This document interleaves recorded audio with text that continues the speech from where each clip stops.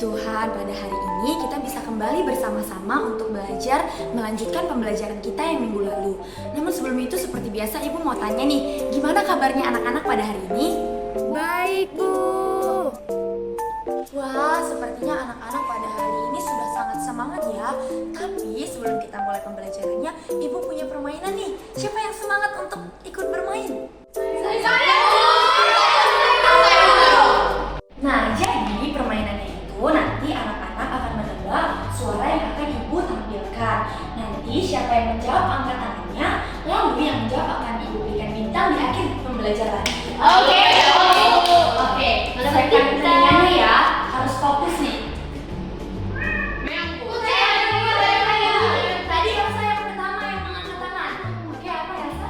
Kucing. Betul, one clap. Oke, semuanya harus fokus ya. Tadi lihat masih ada yang belum semangat.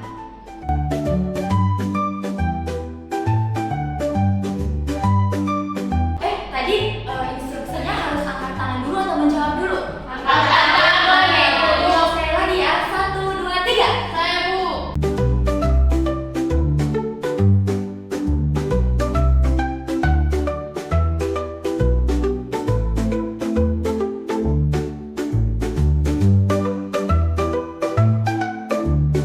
Nah, jadi hewan harimau ini sekaligus menutup permainan kita karena kita akan masuk ke dalam pembelajarannya. Siapa yang sudah semangat karena habis bermain?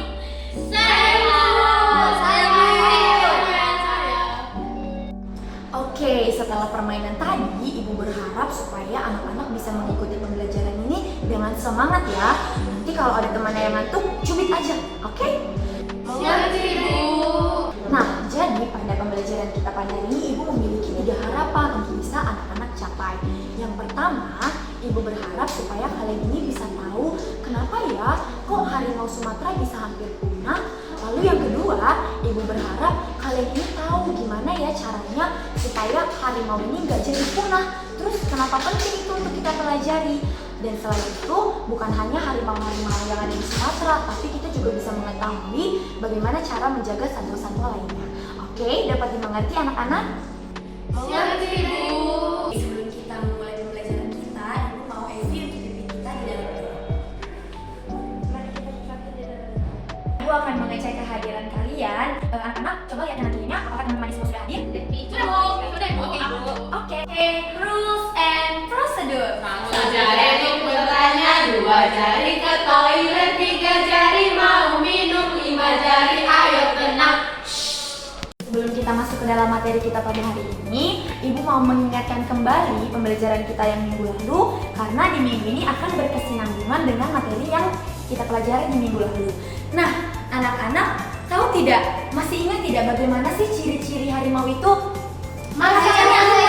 Oke, Elsa. Jadi ciri harimau itu besar, kuat, Hebat. Aku, Bu. Betul, one clap untuk Elsa. Lalu, Warnanya emas-emas loreng-loreng gitu, Bu. betul Luis, one clap. Aku, Bu. Oke, Steffi dulu. Ada kumisnya, Ibu. Pintar, one clap.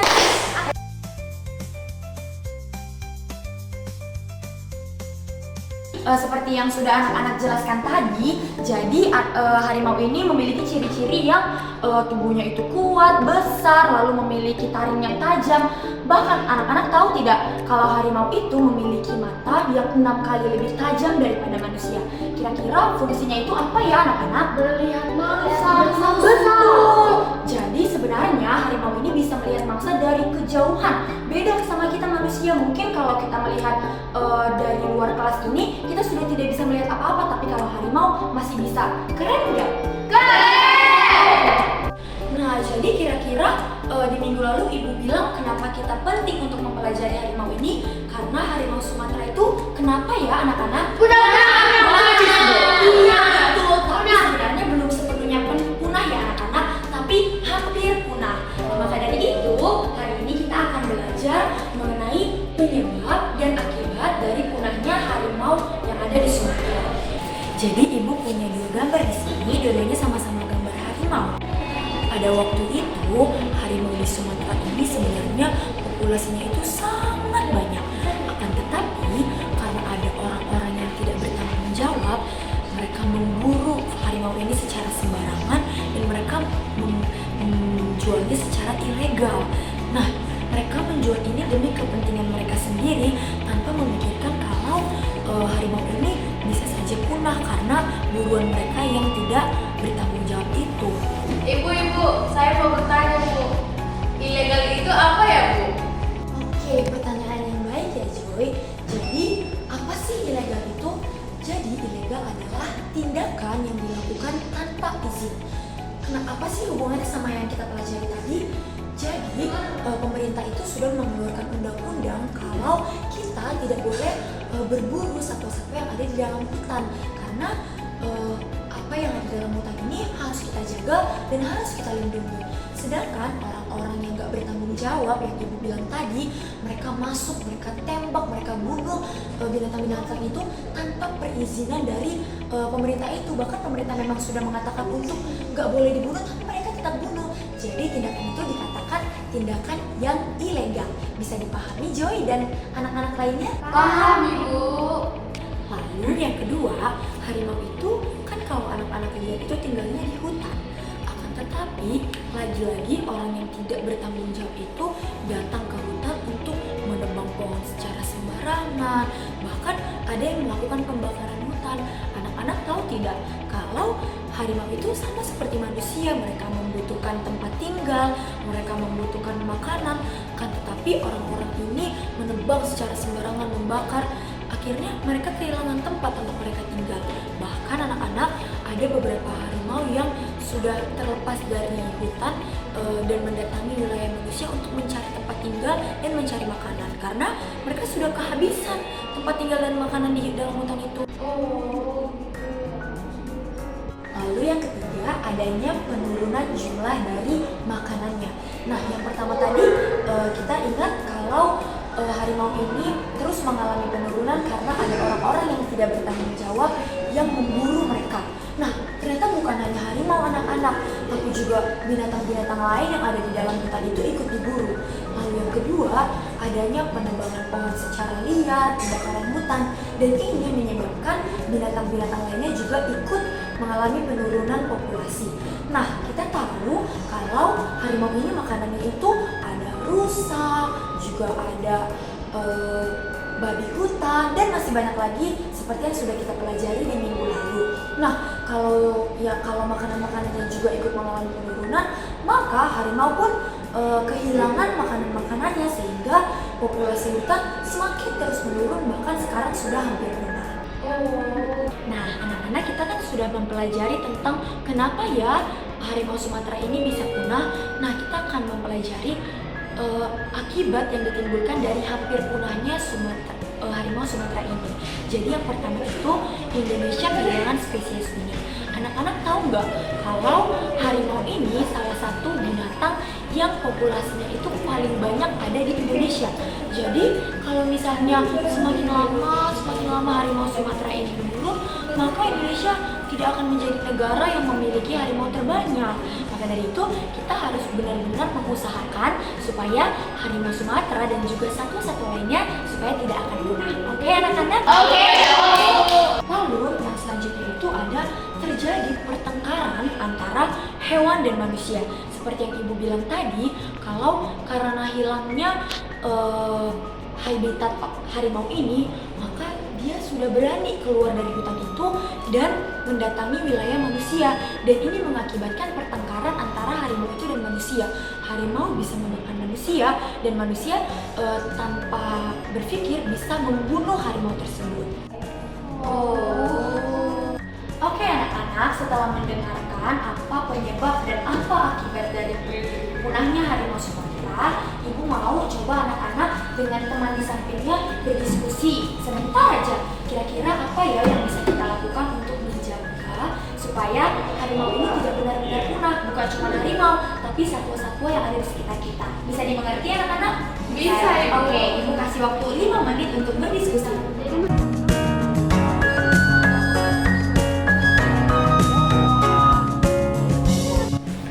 Sesuai instruksi tadi, ibu mau anak-anak melingkari apa ya yang menjadi kebutuhan harimau dan apa yang justru menyebabkan harimau itu punah. Oke, bisa dipahami anak-anak? Bisa, Bu. Silakan dikerjakan. Gara-gara ini pistol ini enggak sih? Kalau ini kalau sampah dibutuhkan kalau ini juga hilang nggak bisa hidup. Sudah selesai anak-anak? Sudah, Ibu. Pintar sekali. Nah, Ibu mau salah satu dari kalian menyebutkan ke depan kelas mana aja ya yang dibutuhkan oleh harimau dan mana yang membuat harimau itu punah. Siapa yang mau menjelaskan ke depan? Saya. Oke, Elsa silakan. Nah, jadi Ibu dan teman-teman supaya harimau tidak punah, harimau mau supaya pohon-pohon tidak ditebang. Kemudian harimau mau supaya air juga banyak. Lalu apa lagi? Lalu supaya tidak punah, harimaunya tidak boleh ditembak, Ibu. Betul. Yang lain setuju nggak? Setuju. Oke, berarti semuanya benar ya. Lalu apa lagi? Lalu kemudian tidak boleh banyak sampah karena harimaunya tidak suka sampah. Lalu selanjutnya? Lalu selanjutnya adalah ada rusa. Iya. Rusa untuk makanan harimau. Nah, anak-anak, kalau dari pemaparan Ibu tadi, kira-kira apa ya yang harus kita lakukan supaya hampir punahnya ini gak jadi punah, jadi hampir aja, terus kita bisa tumbuhkan kembali.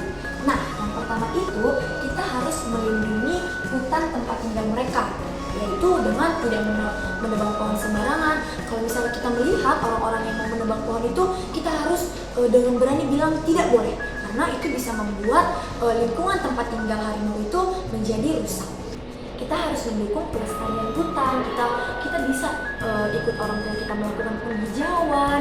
Kita bisa membantu orang tua kita untuk menanam kembali, memperbaiki, dan masih banyak lagi. Lalu yang ketiga, kita harus menghormati alam dan satwa. Bukan hanya harimau itu yang harus kita hormati, namun kita juga harus menghormati apa yang ada di Indonesia ini. Caranya itu mudah sekali loh anak-anak. Yang pertama, kita bisa membuang sampah pada tempatnya, tidak membuang sampah secara sembarangan.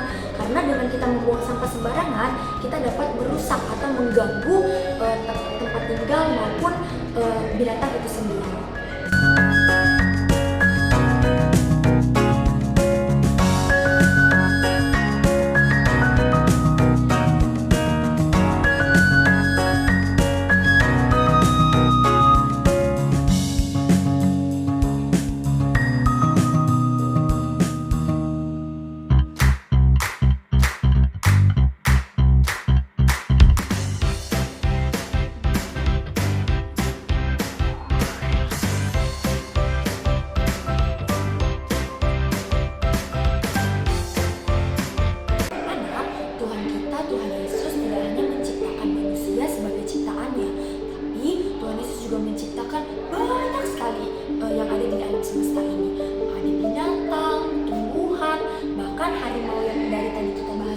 Itu termasuk ke dalam ciptaannya.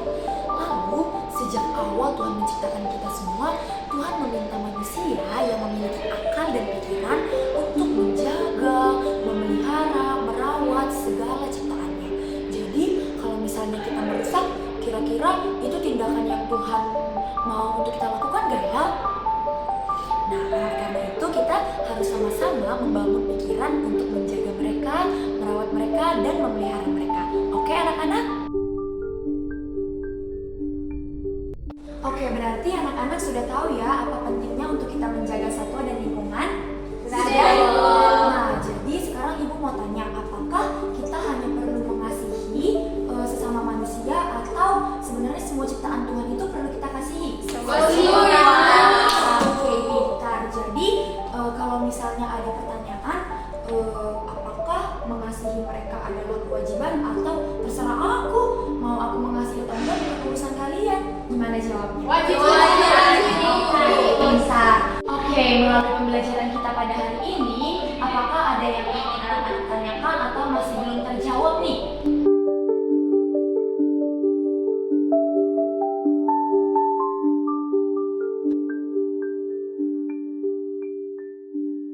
Oke, sekian pembelajaran kita pada hari ini. Beri tepuk tangan untuk kita. Harap kalian semua benar-benar memahami apa yang sudah kita pelajari hari ini ya. Dan jangan